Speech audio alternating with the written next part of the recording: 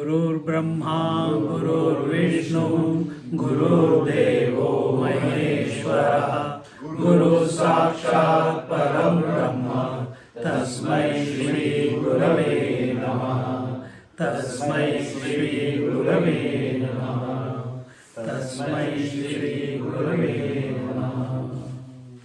When we chant 3 ohms at the beginning of the class, it is not sadhana. अपना इधर लंबा खींच लेते हो.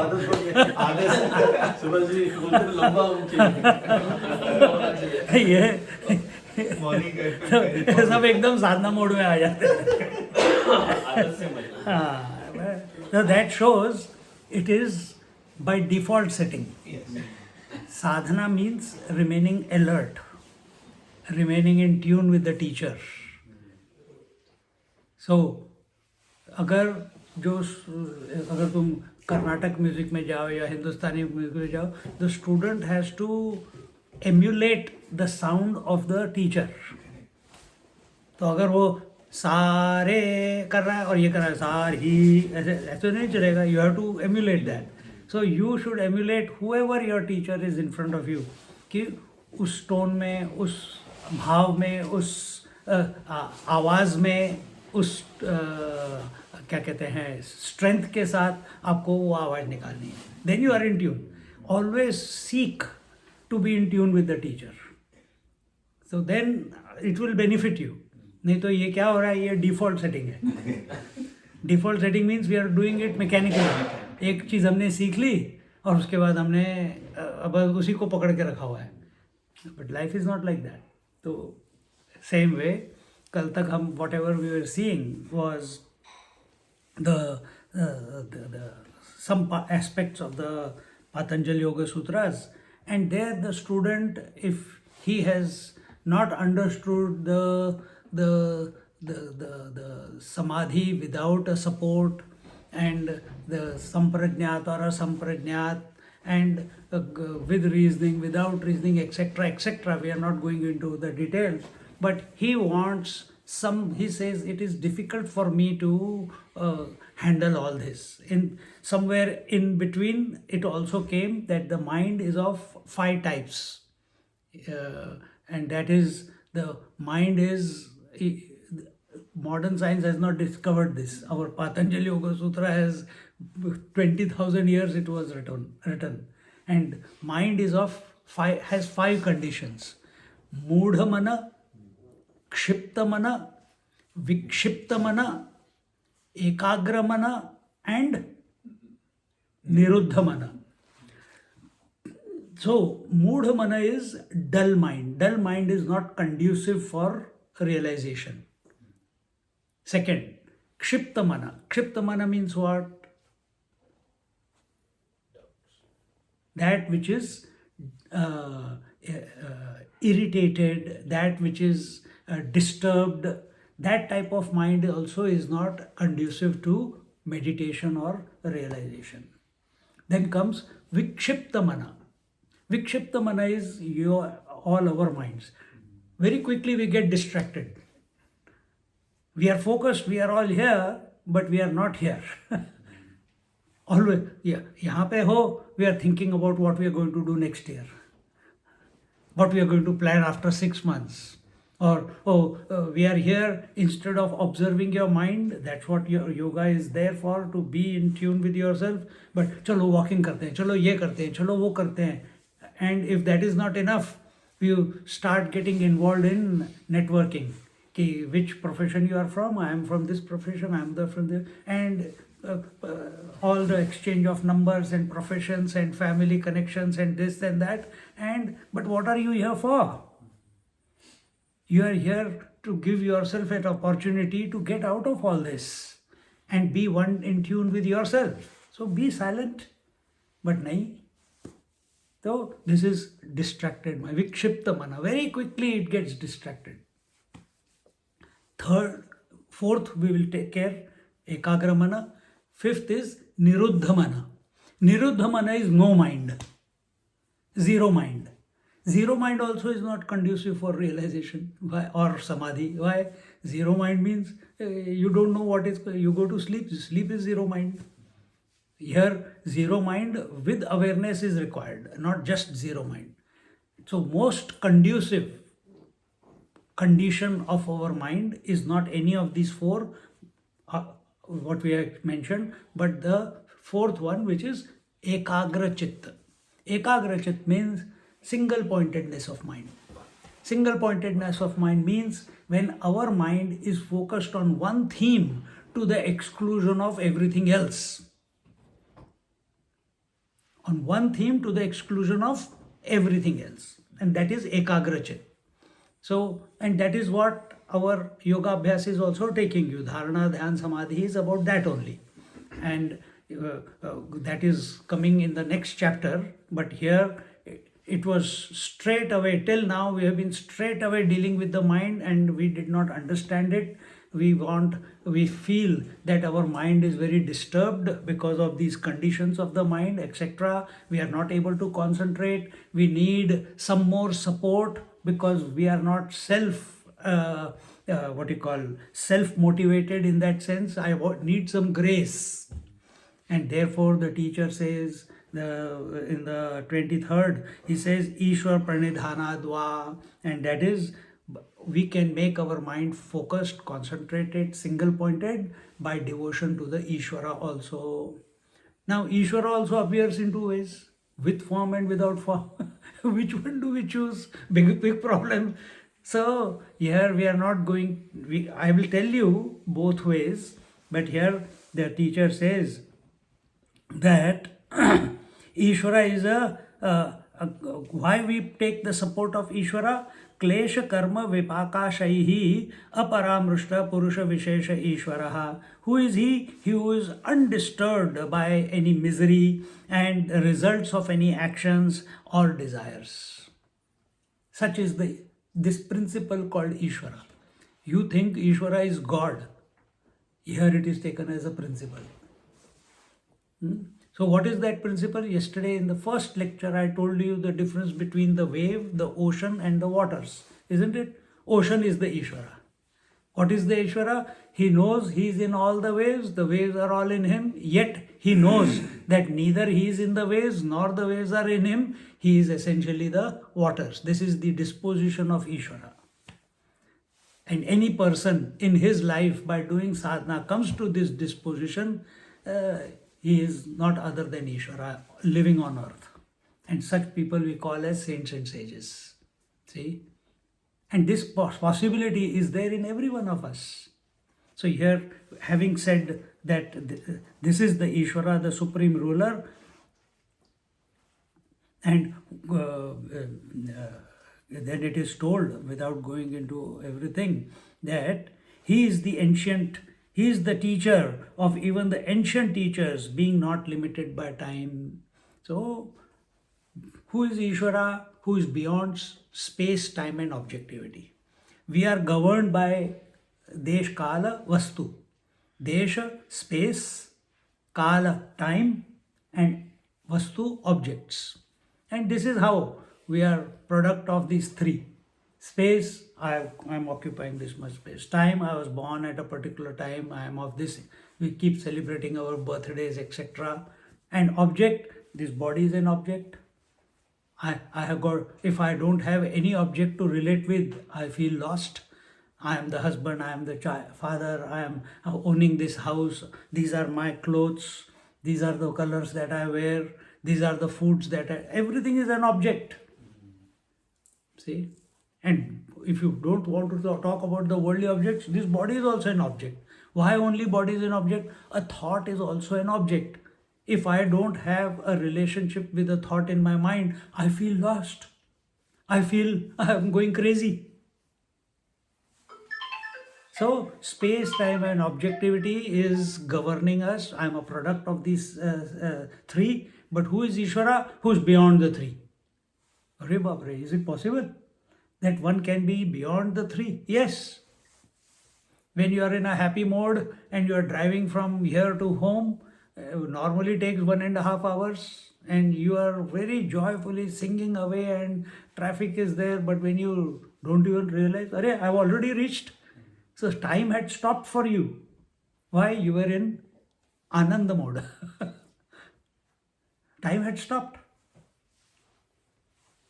So these are, everyone experiences these things, but they don't contemplate on it कि ये हुआ क्या. हाँ ठीक है, ऐसे हो, अच्छा ऐसे हुआ था. I didn't even realize कि मैं घर पहुंच गया. You know, it is really amazing, as if the time had stopped. Actually, the time had stopped for you, not for the world. For who worries about the world? It is about you. It is your journey to yourself. So in this manner, this Ishvara alone can be the teacher for everyone. He is the source from where all the scriptures come. He is the source from whom the whole creation comes. He is the source from whom his potentiality expresses as the entire creation through the Sattva Rajas Tamas energy. Because his Shakti is Trigunatmika. You have heard of these three terms: Sattva Rajas Tamas, purity, dynamism, and inertia.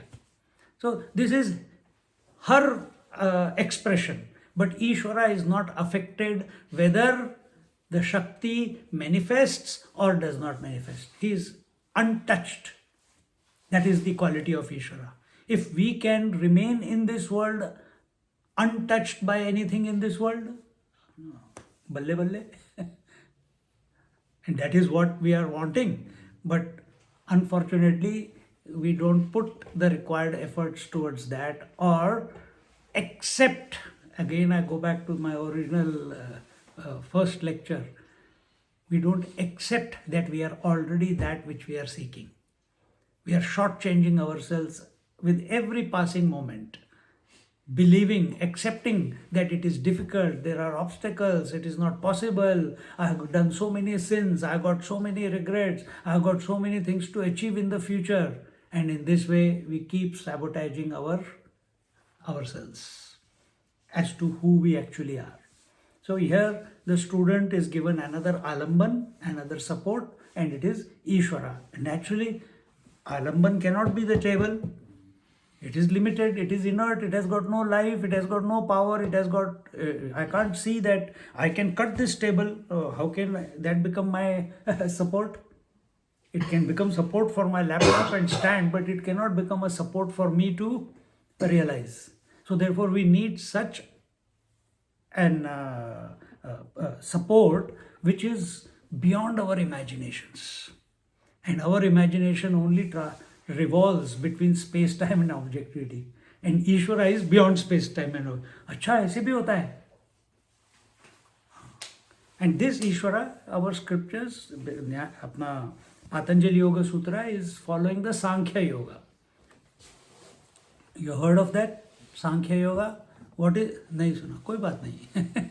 Sankhya Yoga only means that it gives you, Sankhya means what? Numbers. Yoga means union. So basically it puts the whole creation, whatever is your experience. What is your experience? The space, air, fire, water, earth, the Bhagwan, the God, the goddesses, the everything, mind, intellect, memory, ego. This is the Antakaran Chatushta, then your five senses, then waking, dream, deep sleep, then your body, which is made out of whatever it is made of. Everything is categorized. Everything is categorized. And all this put together is this. And everything that you can put together is only matter. Everything that you can count is only matter. Everything that you can count is only the Shakti of Ishvara. It is the matter principle. And what is Sankhya Yoga? A union, an impossible union between consciousness and matter. Matter appears in Sattva Rajas Tamas, gross, subtle and causal. and the spirit is different. And just like oil and water can never come together, similarly, how can these two, matter which is temporary, matter which is coming into existence and going out of existence, matter which is finite, and contrary to that is the spirit. What is spirit? Infinite, which doesn't come and doesn't go, which is unborn and undying. Now, how can these two come together? Logically, can you think these two coming together? Not possible. Yet, what is the dilemma is, we are that. I am conscious also, I am matter also. This has to be sorted out. So, I am a mixture of consciousness, spirit, and matter. So, yes, I understand these two cannot come together, yet my experience is showing that I am both. And I am living in that imagination that I am both, without ever once having inquired, discriminated as to what is my true reality. Am I the body? Am I the mind? Am I the breath? Am I the intellect? Am I the memories? Am I the I? Or I am somebody else? What is my true nature? And for that somehow we have come to the yoga. Someone has prompted us, inspired us to come to it. But now we could not understand the previous part. Now we have come to the Ishvara part. So now we can understand there is a father of the whole universe. He is called Ishvara. And that Ishvara, the devotees take him as those who are Vaishnavites, they call him Narayana. Those who are Shaivais, they call him Shiva. Those who are Ganapatya, they call him Ganapati, and so on it goes. And that is the beauty of our Sanatan Dharma. You can give him any name you want, but it does not stick to him. He is still independent of all the names. And this way, the devotee at a lower level, the devotee takes the form of the Lord and interacts with that form and makes his mind focused. Idea is to make mind single pointed. So that is why all the festivals are there and the various opportunities for us that we can interact with that during Ram Navami with Ram, with Krishna Janmashtami with Krishna, with Guru Purnima with Guru, with Navaratri coming up now with Devi. Some opportunity for us, Ekadashi, someone is practicing Ekadashi here, I was told. Now, that is also another opportunity to interact with that Lord. But we get lost in only food. Ekadashi is to, if you don't eat food, you concentrate and meditate on that Lord for that day. And take that opportunity every 15 days. So in this way, at a lower level, if we take that Ishvara to be with form, we can take that as a support, and here and those who are okay with no form, that is also okay. But now I will tell you how to meditate on that form. I'll take it from two places. One is here and also in Srimad Bhagavatam. And here it says that Tasya Vachakaha Pranavaha, his manifesting word is Om. I think we mentioned this yesterday just in passing, that his speech is Om. He manifests as Om. Om is the whole creation. That is his potentiality. And Om is the unstruck sound of the creation. And out of it came the vowels and the consonants. I explained this yesterday or mentioned it without going too much into detail, that all consonants, all the vowels are the natural forces in the creation. All the consonants, they are the natural principles of the creations, some aspect of the creation. And this way, as the Om expands, initially where was it? Nowhere. Then first begins then comes U, then comes Ma. It only appears only to go back to its source. So in our Shastras it is told represents the waking state, U represents the dream state, Ma represents the deep sleep state, and if you go beyond that, bindu nada kalatitaha, you come to realize yourself as you, if you don't go to sleep in sleep. Only then. And in this way, he is present in all the three. He is expressing through all the three. So this Ishvara, here it is told, his name, he is known, he is manifesting as the Pranava. Pranava means Om. Now, how do we use this Om? If you don't want last class I told you that either you meditate on the form or you meditate on the name. If you meditate on the form, it is called what? Drishyanu Rupanuvit nahi. Drishyanu Savikalpa Samadhi. And when you meditate on the name, it is called Shabdanu Savikalpa Samadhi. So here now, I was just going through it and seeing what they are saying, but here it is said that meditating on the Om is the way. And how do you meditate on the Om is, if you feel that only by name is not enough for you, I can't hold on to the name, then I need a form in front of me. It is easier. If I say Kapil, immediately the form comes. If I didn't know Kapil ever and he told me Kapil, and I'll close my eyes, I'll think which Kapil, I'll scan the whole memory bank of mine, and if I don't come up with Kapil, then I'll say, I don't know which Kapil you're talking about. But once I have met Kapil, like few of you have known each other, but you got introduced here first time, isn't it?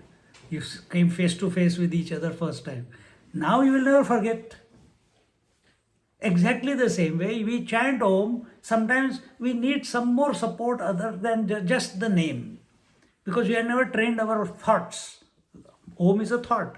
We have never trained it. So we need a form. So Srimad Bhagavatam tells you. A little bit deviation, but it will help. Because we are not true blue yogis practicing full on. So little bit of this side also, and then we go into the formless one. And here the Srimad Bhagavatam, this is the instruction given by Sri Krishna to Uddhava. And this is when Sri Krishna is being struck by the arrow. He is waiting for the last moments. The entire Narayani Sena has killed each other by taking the reeds, because Krishna could not leave the Narayani Sena behind, because if he had gone and all his warriors were left behind, they would have created a havoc on the earth.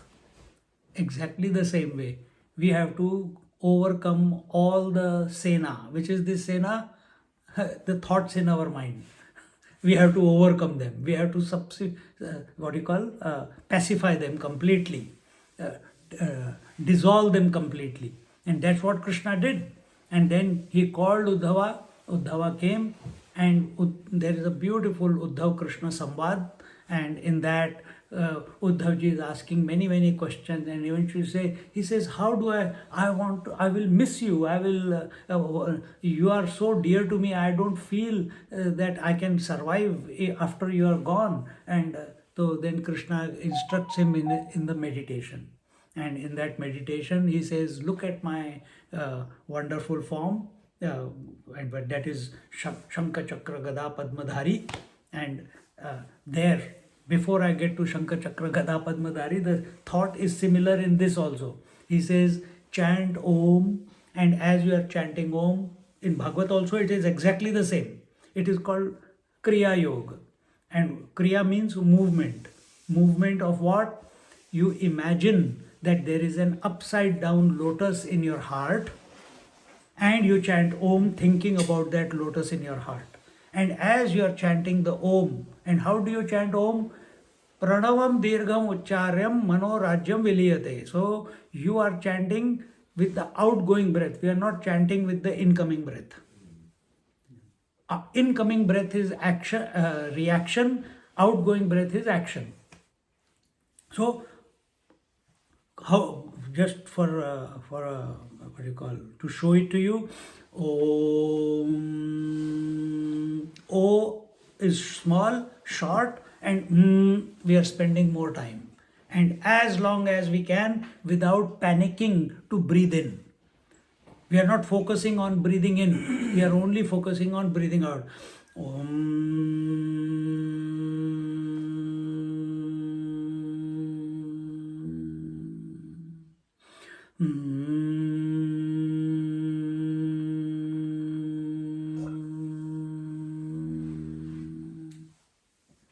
Keep chanting like this, and in your heart, feel, imagine that the upside down lotus is becoming straight. That lotus represents the Kundalini. In Kundalini mark, we say that way. Here also the mention is there of Kundalini, but no explanation in Srimad Bhagavad. Once it is become straight, then as we are chanting, we imagine the form of Narayana, Shankha Chakra Gada Padmadhari, emanating, coming out of from the middle of the first we see the lotus becoming straight, then we see the lotus flower opening up, all the petals opening up, and as the petals are opening up, in the middle, all those stigmas are there. Out of that red saffron color, slowly the statue or living Krishna or Narayana, he is arising. And as he is arising, your focus is on what will be your focus on? Now, before it was on lotus, then it was on the petals, now it is on Narayana. And on Narayana, as he comes out, you will see his black hair, you will see his beautiful eyes, you will see his face, you will see his long hair, kirit, the what do you call, morpunk. And as you come down, you will see the kanan kundal. As you come down, you will see the conch-shaped neck. As you come down, you will see the wide shoulders. Then you will see the four arms holding the Shankha Chakra Gada Padma. As you go down, you see the Kaustubh Mala hanging around his neck on the chest. Then you will see the one mala around his entire torso. And as you come down, you see the Kamarband. Then you see the Pitambar. And you see the feet coming out of the Pitambar at the bottom. And beautifully shaped nails. And as you see all this, the color of the Narayana is a rain cloud color, and there is a beautiful smile and mischievousness in his eyes. It's those who are devotees of the Lord, for them it is a very captivating. And you keep chanting Om, you keep looking at it. But if it becomes mechanical, after nothing is going to happen. Bhav has to be that this is the Ishvara that I have been thinking of, that I have been wanting to be one with. You have invoked the Ishvara by chanting Om, not to just appreciate, it is to be merged into it. Then naturally, as you are chanting and as you are looking at the form, we are talking about, right now you are in Drishyanu Savikalpa Samadhi. Slowly, dharana has happened, dhyan will happen now. This is Savikalpa Samadhi, this is not Nirvikalpa Samadhi. And as you are becoming focused, automatically, as your mind becomes obliterated of past, future, what to do, what not to do, and is totally focused on the Narayana and the name, your attention will shift to some aspect of his personality. Because how long? Because still, sometimes your attention is going to Shankha, sometimes it is going to Chakra, sometimes it is going to Gada, sometimes it is going to Lotus, sometimes it is going to Smile, sometimes it is going to the Kundal, sometimes it is going to the Pitambar. Yes, you are looking at Krishna, but your attention is not stable yet. It has become much stable than before, but still within Narayana, there are so many aspects of Narayana, it is getting distracted. It is not settled down yet.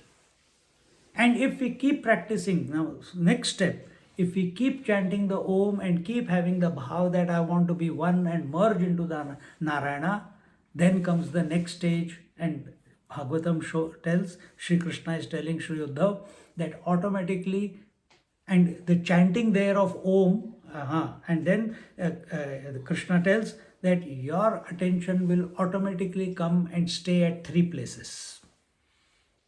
First is the two eyes. So your eyes will come and get fixated. It will withdraw from all the other parts of the body and they get fixated on the two eyes. Or they get fixated on the two lips. Remember, Lord's lips are never closed. There's always some gap in between.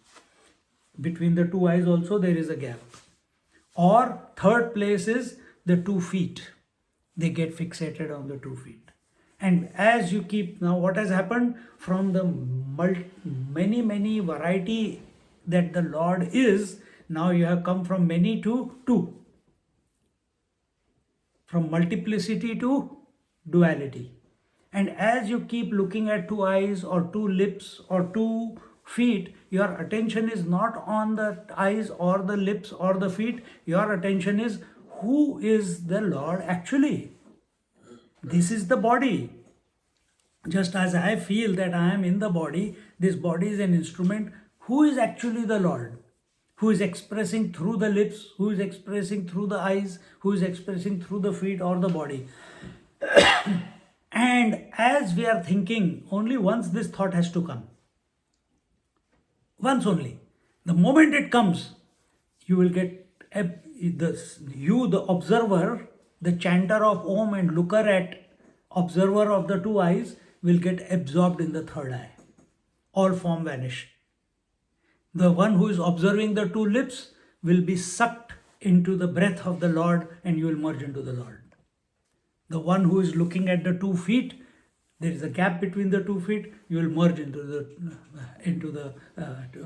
between the 2 feet. And that leads to Nirvikalpa Samadhi. Now the chanting of the Om stops, Shabda, and the form that you were focused on, that also gets dissolved. And what is left behind is no thought of form and no thought of sound. So what Yoga Sutra is telling here is exactly what Bhagavatam is telling. And this is the true Kriya Yoga.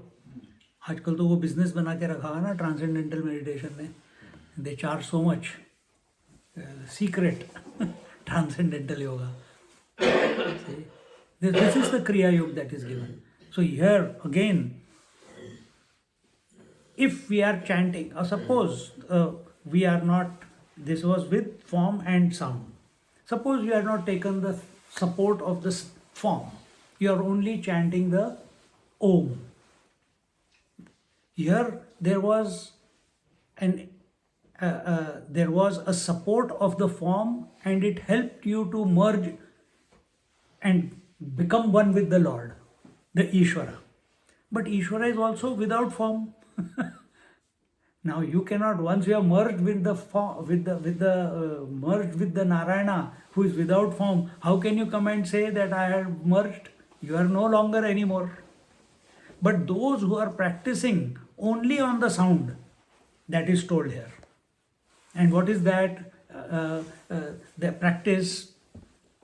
See, when you keep chanting the mantra Om, the syllable Om, it will take few days, few weeks, few months, depending upon each one of your disposition. And once your bhav and your urgency to merge into the divine flowers, then sadhana actually begins. Mechanically करने से कुछ नहीं होने वाला है, क्योंकि किसी ने बोला इसलिए मैं कर रहा हूँ, कुछ नहीं होने वाला है.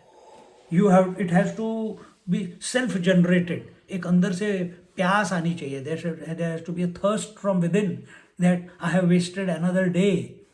I could have merged into the Lord today. It was an opportunity. एक और session चला गया. Now I have to start all over again. So whenever we come to the seat of meditation or whenever we come to do japa, this disposition that this is my last sitting, This is going to consummate me completely once and for all. And that time, no fear.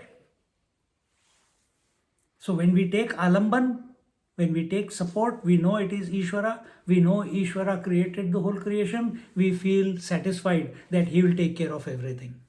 When we are doing it ourselves, there can be doubt that what will happen to my wife, what will happen to my children, what will happen to my duty, what will happen to my investments. But when we are with Ishvara, we can hand it over to Him, because we know this whole creation I did not create, He created. So when we chant the Om, eventually as our Upanishads guide us, or Panchadashi guides us, is what this will also, the sutras will also take you there. And as we chant Om, initially you chant Om one after the other without a gap.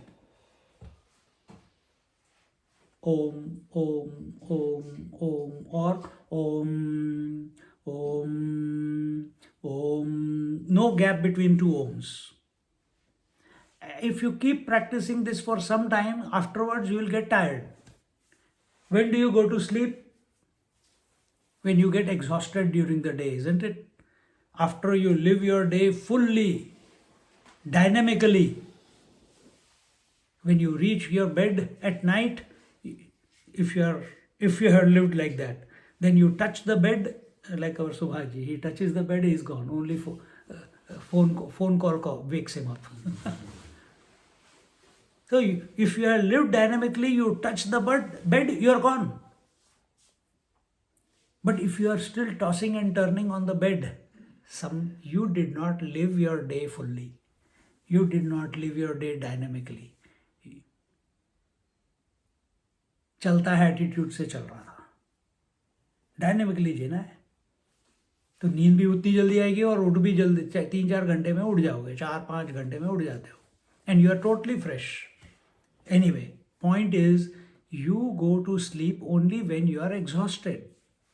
Similarly, as we chant this mantra, syllable Om, with fervor, with determination, with surrender, with commitment, with understanding that it is going to take me to my source, and with this bhav you are chanting, and you are putting full energy, keeping yourself sitting in a comfortable position, chanting your Om one after the other. You have a mala or no mala.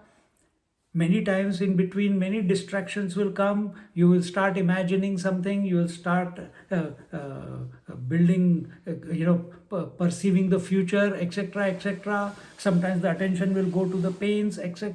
You sort all that out and you keep coming back to the Om. After a few days, few weeks, few months, depending on each person, then the Om will start slowing down by itself. You don't slow it down. It will start slowing down. And what happens when the Om starts slowing down? Gap between the two Oms start appearing. So right now, I just stopped. I said right now and I stopped. There was a gap, only to be filled up again by some other word, some other thought, some other alphabet. But here our only focus is on Om. And as we are chanting, the gap appears. If you are in the gap, stay in the gap, stay in the silence for some time. And if you are, by this time, you have become very acutely aware of your mind, you will preempt. Now something is percolating inside. I think some thought is going to come, some emotion is going to come. If some imagination is going to come, that will also you will perceive कि कुछ हो रहा है, कुछ आने वाला है. जैसे पता चला कुछ आने वाला है, before it can come and appear as a thought, you start again with Om. So you don't allow that to come. And as you build upon this practice, chanting Om, sometimes you will have to chant during the day continuously. Sometimes the gap will appear. When the gap appears, remain in silence. If in that gap some other thought is appearing, some other emotion is appearing, immediately chant Om. As you keep doing this again for whatever time is required, Then you start becoming comfortable in the silence. Now, three options are given to us. The three options are, this is from Om Sadhana point of view. First is very simple, that you go into silence and have no doubt that you are, and without going to sleep though. You go into silence, but you go into the gap without going to sleep. Then you are one with yourself. But there can be a doubt. लोगों को doubt होने से कोई रोक नहीं सकता. So what is the other option? The other option is that I am not able to experience the silence. What do I do? So the teacher tells here that you bring your attention to the beginning of the Om or the conclusion of the Om. So where is the Om beginning? So put your attention on that and is going on. Or you put your attention where is the ending. Catch that point. Be aware of that point. Be attentive of that point. Automatically the gap will start appearing. Now, I told you the three options. First was that you remain in the silence and if that silence is long enough, the self has to reveal. If the waters are calm for a few moments, the reflection of the sun or the moon will be imminent. You cannot miss it. You cannot miss yourself. Provided you don't focus on the silence. Means silence as a thought कि अरे मैं अंधेरे में आ गया, now it is a void. I explained this the other day. Don't think that way. Pre-conclusion is that silence means coming back to the self. Silence doesn't mean going into a no man's land. Silence does not mean going to void. Silence means going back to yourself. Second option, that first there was Om coming, now there is no Om coming. So first there was presence of Om, then there is absence of Om. And this was going on continuously, isn't it? As you are chanting. So there is presence, there is absence. Sometimes presence is short. Initially presence is more, presence of Om is longer, the absence is shorter. And slowly it becomes equal, and after that the absence becomes longer. Be the person who knows the Om appeared and the Om disappeared. This is the second option. All leading to the same. First, you are in the silence as the presence. Second, you are the witness of appearance of Om and disappearance of Om. Realization. That simple. Arre baap re. It's that simple. But we will create our own complications. But if इतना easy नहीं हो सकता. हमने तो उससे भी easy बता दिया था. इधर तो फिर भी हम कुछ क्रिया कर रहे हैं. We are doing some kriya here. Chanting Om. In the first class I told you there is no kriya required because you are already that which you are seeking. But because we don't accept that, so some sadhana, the masters have come up with some sadhanas because out of their compassion, they want you to know who you actually are. So first was remaining in the silence and being the presence. Second was being the witness of the presence and the absence. And the third was already I told you, if you can't be the presence, just remain in the silence. Eventually the revelation will happen. And these are the ways that the meditation on Om with form or without form, and with this understanding that this Om is none other than the Lord Himself, the Ishvara Himself. So we have taken the support of Ishvara and we have taken His speech, the Om, as the support, and whether we are seeing the form of the Lord or we are taking only the name of the Lord, both of us are able to take us back to the origin, the pure consciousness, the Kevalapad or the self. And these are the and in between, as you go along this, all the shortcomings within you. What are your shortcomings? Kama, Krodha, Lobha, Moha, Mada, Matsar, identification, memories, concepts, convictions, the I-ness, everything starts melting. Everything starts melting. How? That is not your problem. Patanjali Yoga Sutra tells you all that. It gives you that information so that you become aware that this is how it is. But you don't have to worry about it. You focus on the sadhana and transformation will happen. As if, when we come to sadhana, we think we have to bring about the change. What did you do to grow so, now you are 30, 40, 50 years old? Did you do any sadhana to grow up? Do you do any sadhana to even grow your hair? Do you do any sadhana to breathe in or breathe out? Do you do any sadhana to blink? Do you do any sadhana to become hungry? Do you do any sadhana to evacuate? Everything is happening, Baba. Everything is happening. Recognize this. When the I comes, the I wants to do the sadhana. It wants to take charge of everything. But we are fooling that I. Okay, take charge. If that is your disposition, take charge. But it should lead to dissolution. And this is one way. So first one was the Samadhi Abhyas. Now we have come to do the Samadhi Abhyas with a support. And that was the support of formless Ishvara or with form. Here it is not given with form, but I have told you that. Now this leads to the next stage. The student says, God, this is also difficult because the I is still too strong. He says, sounds okay, but it is still difficult. The picture is not coming in my mind. The formless though was, forget it.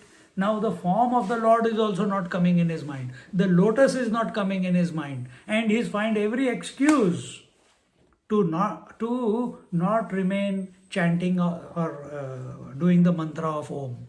He says, but there are so many distractions. Someone calls, the bell rings, the hunger comes, I have to go to the loo, and I'm not able to focus on Om. And then the teacher, out of compassion, here in Patanjali Yoga Sutra, I'm looking at it in this way. The teacher says, okay, the teacher has many ways to, he says, okay, no problem. You start living a disciplined life. And then he starts with this towards the end of the first chapter and the beginning of the second chapter. He tells you the Ashtanga Yoga sadhana. Ashtanga Yoga is Yama, Niyama, Asana, Pranayam, Pratyahara, Dharana, Dhyan, Samadhi. Without going into too much detail, what is Yama and Niyama? All of you are practicing yoga. All of you are doing asana. All of you are doing pranayam. But did you practice Yama Niyama? If you practice Yama Niyama to the T, asana and pranayam are not required. What is Yama? Yama is all the sadhana. क्या चीज़ है उसमें? क्या आता है? अहिंसा, सत्य, अस्तेय, अपरिग्रह and brahmacharya. So Yama is the sadhana by which we do not disturb the world nor get disturbed by the world. So did we live before coming to this retreat or in this retreat, did we get disturbed by anyone? Did we get disturbed by the bed? Did we get disturbed by the heat and cold? Did we get disturbed by the hot and cold water not coming? Did we get disturbed by, I don't know, I have to go so far. We can come up with many reasons. So first requirement here now, because the I is still too strong. The urgency to realize was not there. If it was there, the first part of the Yoga Sutra was enough. It was medium. Then second part, Ishwar Pranidhan, so taking the support. Still the I is still for the tamasic fellow, this part is given now. And what is that? That you do yama and niyama. Yama is starting from straight from bottom. So now there is no alamban of the intellectual acumen to catch himself and reduce the thoughts and come to samadhi, come to know himself. There is no acumen in this student to take the support and then merge into the divine. The I is too strong. I have to do it my way. Okay, you have to do it your way. Do yama. Don't disturb the world. Don't get disturbed by the world. No, no, no, no, no, no. No, no. After that, you have to do niyama. Then what is that niyama? You have to live a disciplined life. That is niyama.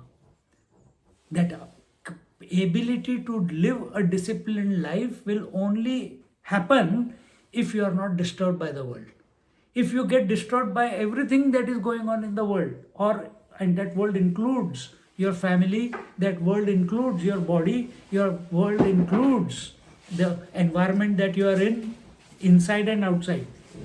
If you are getting disturbed, niyama will not happen.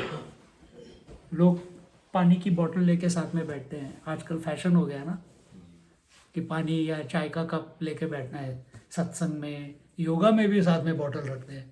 You can't hold on your thirst for 1 hour. You can't sit in one place. He is sitting continuously in the same position. How many times we have shifted our position? Think. Don't look at anybody else. अपने बारे में सोचो.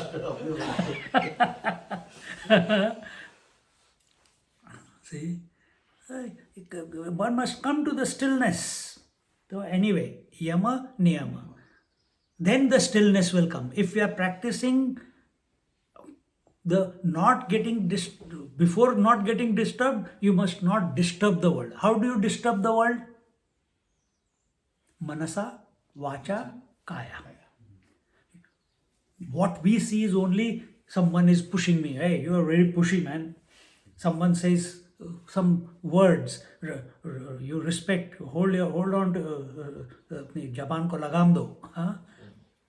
But those people who are abusing you or disturbing you or having bad thoughts about you in their mind, or you are having it towards the world, like the air hostess, smile on the face but resentment in the heart. आ गया फिर से Kamati Kamati. Everyone is not distinguished. Some may from their point of view, but they have to smile. Are we like that? Hypocrite, moving around in the world, smile on the face, but dislike or resentment in the heart. All that vibration is going out. See? So do not disturb the world by thought, word and deed. And if you interact with the world too much, you are bound to pass some comments. You are bound to be disturbed. You are bound to have some thoughts which are contrary to your peace.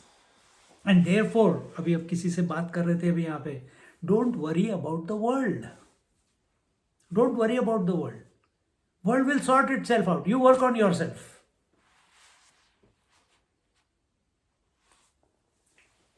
Then comes the niyam. Niyam you practice, you get into shauch, etc., etc., and you and that will lead to a general contentment. Then comes when you are not disturbed by the world, you are not disturbed by yourself. Niyama means we don't become an obstacle, a challenge for ourselves. For that we do the discipline. Live a life of discipline. If you do these two absolutely, correctly, alertly, vigilantly, the urge to come and sit in silence will automatically happen. That's the third step. What is that? Asana. Now, asana we do is as different animal asanas. Kukurasan, Mayurasan, Bhujangasan, etc., etc. Gardavasan is also there. I don't know. Huh? So all asanas, all that is to, you want to relax you because you want the body to relax. You're not realizing the body is not relaxing because you did not do the yama and niyama. It's not, body is not relaxing because you are doing asana. Body is not relaxing because you have not done yama and niyama. You are still disturbing the world and you are getting disturbed by the world. You are not living a disciplined life, therefore the body is not relaxed. And the definition of asana here in Patanjali Yoga Sutra, क्या है? Sukham, sthira sukham iti asanam. Sthira means what? Steady. Sukham is, so sthiram, sukham, both are, if you know a little bit of Sanskrit, both are क्या कहते हैं, accusative case. So sthiram is the adjective of sukham, or sukham can be adjective of sthiram. So steady happiness is the true asana. It is not said sthiram at the body level. Nowhere it is written sthiram sukham iti asanam. No, sthiram does not say about body. Sukham does not say about body. Asana also does not say anything about body. Asana means just sitting. And you have presupposed that sitting means only at body level. You can be sitting in mind also. You can be sitting in happiness also. You can be sitting in anger and jealousy also. Here it is saying, he who is sitting in steady joy is truly doing the asana.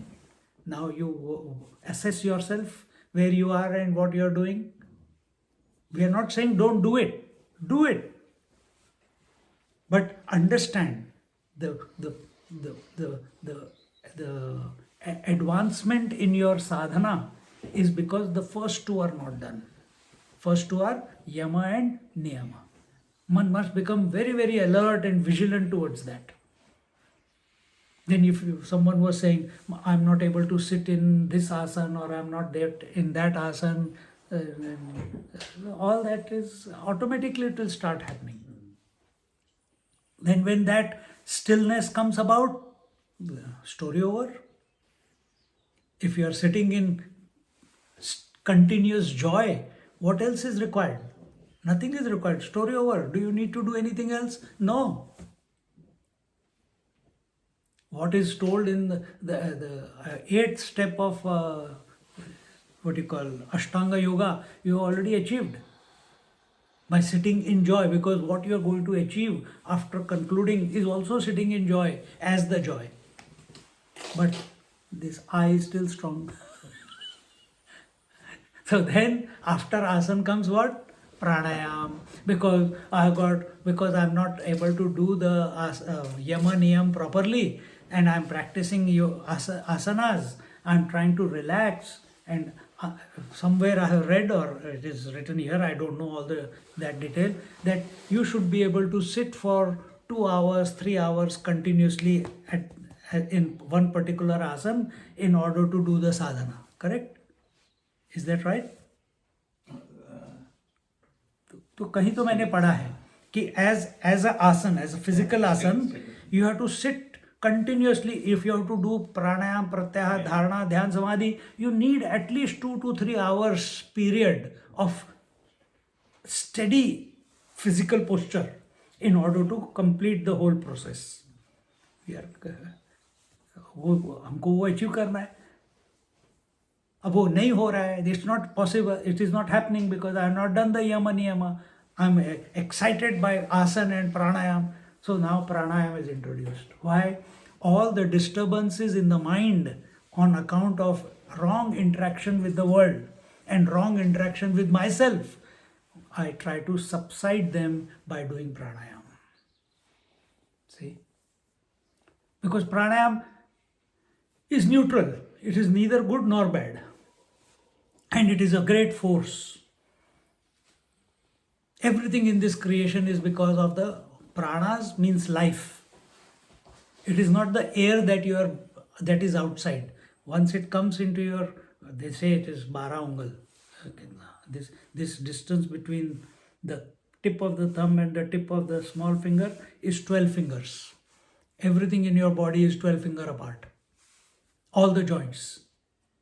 So whether you take it from here to here, whether you take it from wrist to elbow, from elbow to here, from here to here, from here to sternum, from sternum to navel, from navel to genital organ, every joint is 12 ungal apart. There you go.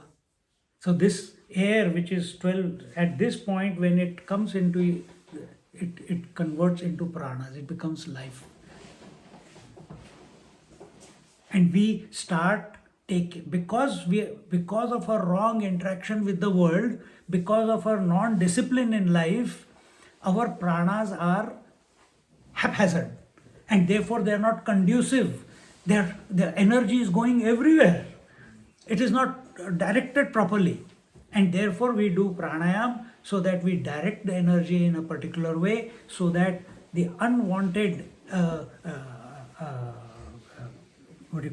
disturbances get subsided in our, not only in our body, but eventually as we keep practicing it, they get subsided even in the mind.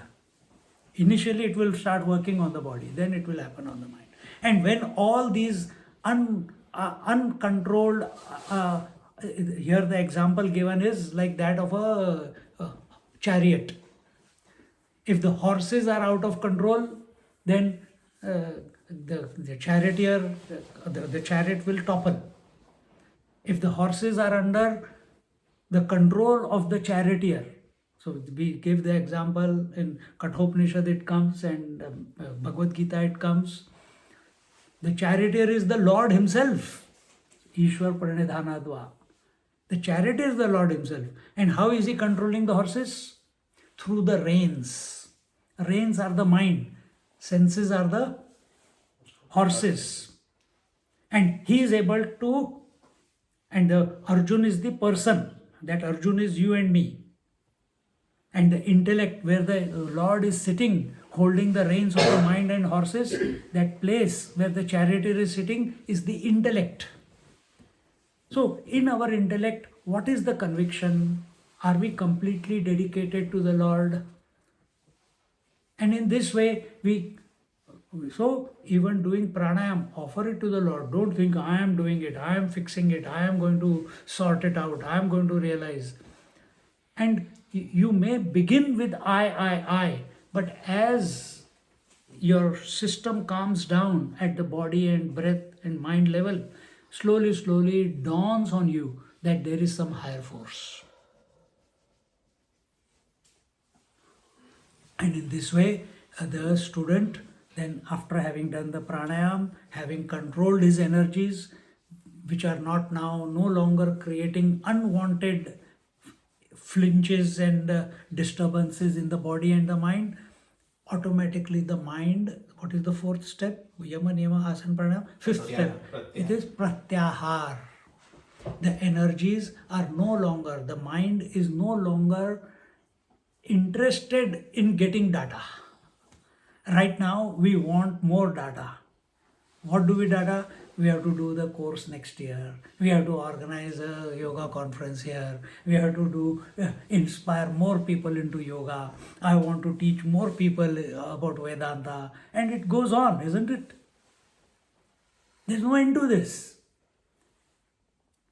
So another person is doing business to collect money. We are collecting, we are also busy for spreading the knowledge. And doing what, but our attention is on the world. That I want to do good, it will benefit, it will benefit, it will benefit. A point comes where we are disinterested in all this. It is very, very important stage. This is the rebirth. At this point is the rebirth of a person, where the senses are open, but you are not interested. The mind is not interested in the world. The senses are open, the stimuli of the world are wanting to come in, but there is nobody to own it. Ki bhai, the colors and forms are there, but the seer is not interested. The smells are coming, but the smeller is not born in the mind. The taste is coming, but the taster is not born in the mind. Because all these seer, hearer, taster, feeler, smeller, they are all in the mind. They are not coming. They are not taking root. And this state of of full potential is there. You can either get involved in the world, or you can harness all that energy which was leaking out of your senses and put it on something higher. Both possibilities are there. But at that time, but it all comes about as a result of all this. Now this I, this individual who wanted to do, he has come to this point. Oh, I have achieved. Now I'm not interested in the world. Now the world is not able to create a reaction out of me. Yahoo! And the moment he says Yahoo, he is lost. But if he keeps practicing, he will make mistakes, keeps practicing, then automatically one day, out of, I will say only by God's grace, not because of anything else, the name of the Lord or the Om comes to this person. And he starts chanting the Om. And dharana, what is dharana? Dharana means you focus your mind somewhere and you chant the mantra. So we focused on the Narayana. Here it is told you some people focus on the nose, some people focus on the kantakup, some people focus on the third eye, some people focus on the heart. Don't go below. Don't go to navel, don't go to genitals, and don't go to Muladhar. These are the three gateways to hell. So either focus on the heart or on the kantakup. If you focus on the heart, very quickly you will come to know that the difference between spirit and matter. Very quickly. If you come to the kantakup, there is total conviction that I am other than the panchakoshas, the five sheaths. When you come to here, you have transcended. If you are focusing here and you have got enough energy to move forward, then you have transcended all the five senses, and then you are coming to the third eye. Transcending the five senses and coming to the third eye means that you are able to see the whole world as a play of Ishwar and Prakriti. Because duality is there, na? So we are not talking about man versus woman, we are not talking about like versus dislike, we are talking about the moola, the original two. Who are they? The mother and father. Who are they? Ishwar and Prakriti. And that is whom you come to here. And if you focus on the Ishvara, when you come here, then the journey is there. Bindu Nada Kalatita, that you can go afterward. So in this way, initially you focus on the nose or on the form, and that leads to dhyana. Dharana leads to dhyan. Dharana means focusing on mantra or some spot. And when you do this dharana, if you want to practice it in your life, abhi mantra abhi mila nahi. You focus on the tip of your tongue. You focus on the palate. You focus on the middle of your tongue. देखो एक दो दिन में तुम्हारे को result मिल जाएंगे कि focus का मतलब क्या है. You focus on the tip of your nose. You think of rose and you can smell rose. You think of pav bhaji and the smell will come here. You think of a toasted bread with butter on the tawa, the smell will come. Whatever you think of, जब ये परिपक्व हो गया, you will get within 1 or 2 days. Same way, if it's on the tip of the tongue, all tastes, whatever you think, the taste will come to you. Because till you don't practice this, you will not going to get convinced. And if you don't get convinced, you will not go further. You will not be inspired. तो करके देखो अपने लिए कभी 2 दिन निकालो. ये मौका था, but you are talking too much. But this is possible. I'm not saying it Yoga Sutra is saying it. And it takes maximum, it doesn't even take 2 days if you are focused enough. See? So that is dharana. Then continuously focusing on some mantra. So with dharana, we overcome space. With dhyan, we overcome time. And with the samadhi, we overcome objectivity. So with this, we overcome space. Now you take the mantra and you start chanting. And I've given you the sadhana, either with the form or with the name. Shabda, Drishyanuvit and Shabdanuvit. Dhyan is with thought. When dhyan becomes without thought, that is the next stage, which is called samadhi, isn't it? Nirvikalpa samadhi. So when it is with thought, it can take you to samadhi with thought, or when there is no thought, that cessation of the mind or dissolution of the mind leads to nirvikalpa samadhi. And in this way, the Ashtanga Yoga is with here today we saw what? With the support of Ishvara. And how do you take the support of Ishvara? Through his name. And what is his name? Om. And with the Om, you do this whole sadhana. And we also saw the Ashtanga Yoga I don't know if you have read before or you have explained to them before. I'm just going with what is coming to me. So with that data, and hope you are inspired not to do asanas only, but to live a life of yama and niyama. Very, very important. While you are in the world, that is the best way to dispose yourself in this world, that you do not disturb the world. If you don't want to disturb the world, automatically socializing kam ho jayegi.